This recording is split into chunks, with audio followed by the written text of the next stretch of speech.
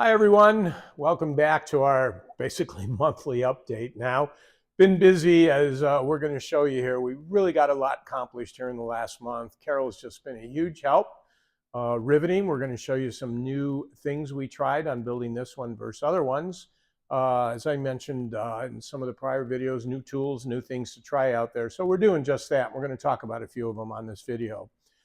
Before we go there, I want to wish everybody here a very Merry Christmas, Happy Holiday, whatever you celebrate. It's supposed to be a really happy time of the year. Get to see friends and family, and we hope all of you are having a really good time. I want to add a caboose to that, and that's for those of you that are pilots, please be careful.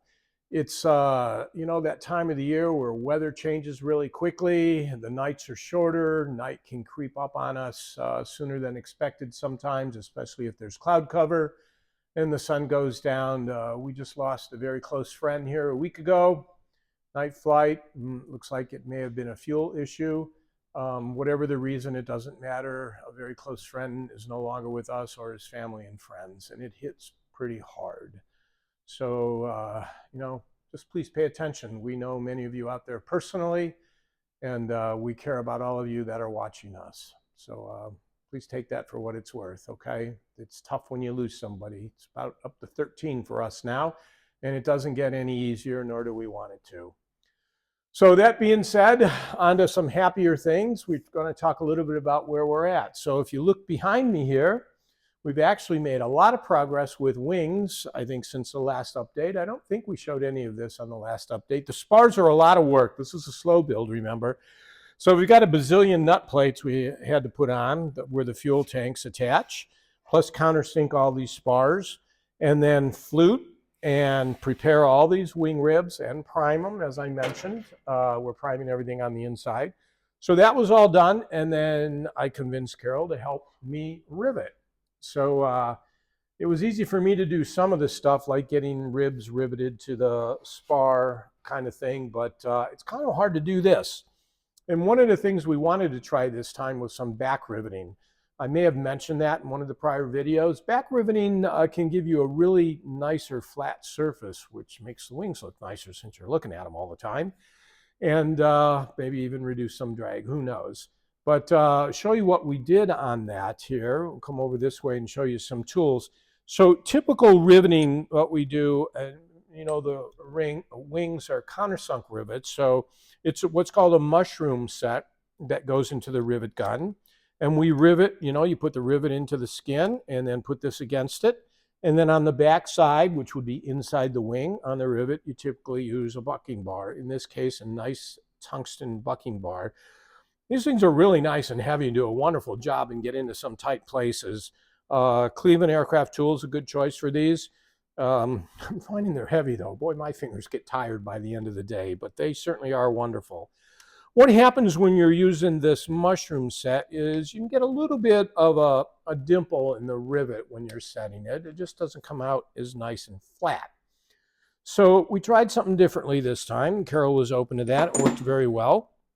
If you look inside the wing here, what back riveting does means instead of hitting the rivet from the manufactured side, as you see on these round rivets here, these are 470s, the 426s are countersunk, so we'd be hitting them from the other side.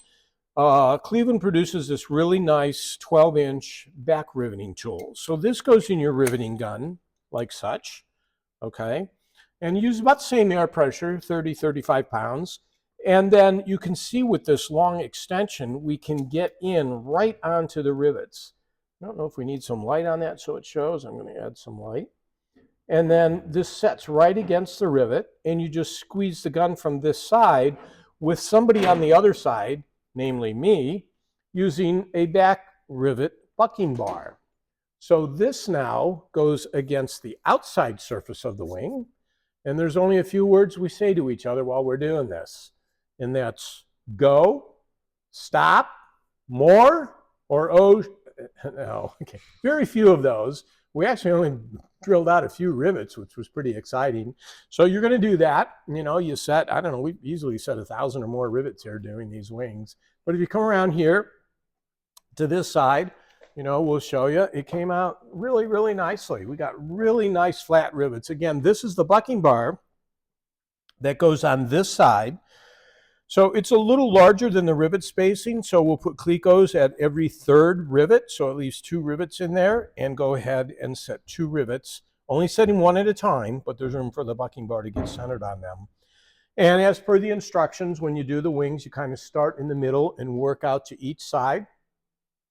And really, really pleased with this. It came out real nice. So some hints there on back riveting. So go through the process when you have to drill out a rivet and what you have to be careful of. So a couple things, that's a good thing. When you do make a mistake, so what are the mistakes? Sometimes what will happen is, you know, you get into a routine of go, stop, more, and we're just shoving rivets in. And sometimes the gun goes off, or you don't have the rivet set, the bucking bar set hard enough, and the rivet might be protruding a little bit. So in that case, you're going to drill it out. Basically, what you're going to do is use a center punch. I use a spring-loaded center punch, and we'll put a little dimple on that rivet. And then use the same size drill, a number 40 drill, and just kind of wiggle it around in there as you drill in the center and try and get the head to pop off. And then either push it through with the spring-loaded center punch, the remainder part, or sometimes you got to drill all the way through. Most of the time, by the way, I'd recommend practice drilling out some rivets on some scrap aluminum first before you do it on the actual part that you're using, especially if it shows. What can happen is you can drill sometimes off center there and end up with a larger hole than the normal rivet. So in this case, these are 3/32 rivets, AN 426 -3s. And so what we'll end up doing is putting in there what's called an oops rivet, or I think they're 1097s, NAS 1097s. And basically it's got the same size head as these 3/32 rivets, but it's got a much larger, almost an 1/8 inch kind of shank to it. So it'll fill that hole in very nicely. Okay, so be prepared. You will drill out some rivets. Again, practice. Okay, so we made a lot of progress there. Really happy with that. So I'm going to share with you some other tools that worked and really made this job a lot easier. I don't know why I didn't figure this out a long time ago, but I put a bunch of rivets and clecos and all my kind of tools on a cart, and you can see how we set up the wings kind of vertically, and we were able to sit on stools, her on one side, myself on the other. And you know, sometimes having your wife help you, you end up with new toys. So she ended up getting me a really nice stool here that's adjustable. And she said it was for me, but I haven't used it yet. All the riveting, she's been using it. So I am anxious to try it myself one of these days. But with her on a stool on one side, me on the other, we were able to go quite fast. And then I was just able to move the cart down because you use different size rivets in different places. It made it easy to get to those quickly. So just a little hint there on something. And then let's talk about the next thing. I told you to be trying some new things on this RV10. One of the people that I've known for a long time and have a really utmost respect for is Ken Kruger. Ken was the one who worked for Vans, was the initial lead designer on the RV10, probably knows more about it than anybody out there. And Ken now has his own company called Sky Designs, and he's done an awful lot of aftermarket stuff for the RVs. And we're actually trying some of his stuff and really impressed with it. The first thing I noticed he had when we started was really nice ball bearing aileron control brackets. So we've added those because as I mentioned, my RV10 currently has about 2,500 hours in it.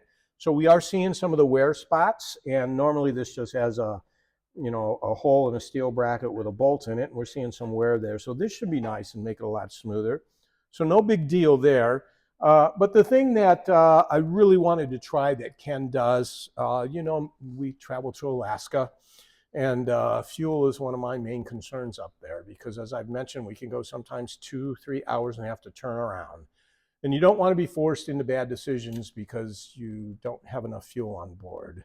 Quite frankly, lost a friend recently because of that. But Ken has designed some really nice long-range tanks for the RV10. The stock fuel system gives you 60 gallons, which is probably good for 3.5-4 hours at reduced power settings.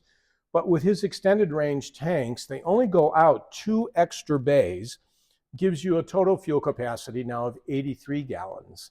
And so I spent a lot of time with Ken talking and discussing this prior to making the decision because, making structural modifications is really important. But after all, Ken was the lead designer, so he knows this wing really, really well, and I trust him. You can see Ken has modified the spar to carry some extra loads here. We've got some doublers in there on the spar web. And I got to tell you, I think the kit is just really, really wonderful. We'll go into the other side here and I'll show you some parts of the fuel tank itself. So here's the extended range fuel tank from Sky Designs. I've got it in the little cradle here. I've done some work on this one already. Actually, all the ribs have been in and the rear baffle's been match drilled, as well as the fuel caps. The parts are beautiful. I can't tell them apart from Van's parts even. They're just very nicely done. I don't know if they're laser cut or punched, but they're well done. There are 2 extra bays out here. Actually, they're at this end, and Ken already drilled it out for the fuel cap, etc. And one of the things I really liked, you're not always going to fly around carrying 83 gallons. Although with Carol and I, most of the time it's just us in there, so it's really not a big deal. But Ken even thought, and much like certified airplanes, I was kind of tickled, inside the rear baffle, you add a fill tab so you can see visibly if you just want to tell the line guys or girls to fill it to the tabs like we do on certified airplanes, and stick with the 60 gallons for the majority of the time. And then when you need it, you can fill it up to 83 gallons. The other thing I really like is Ken has made provisions for a second fuel sender. So now there's an out location here for an outboard fuel sender. I guess we could do that on the stock tanks, but we haven't. But with a nice long tank like this with 2 fuel senders, it'll be really nice to see a real accurate indication. So, the dihedral out there on the RV10, now long fuel tank. Right now, currently, we don't get much of an indication until we get below about a third of the tank. So you got to burn off 10 gallons. With this kind of setup, we should see movement right away. I'm looking forward to seeing that. So that'll be good. I hate doing the fuel tanks. I hate working with ProSeal. Hopefully by the time we give you an update next time, we'll have that all done. But there is a lot of work, a lot of prep work on these fuel tanks. So not quite the quick build stage yet. We got to get to these fuel tanks, and then we'll be close with the wings and move on to the fuselage. So again, thanks for watching, and we hope all of you have a very safe and wonderful holiday season and get 2025 off to a wonderful start. Thanks.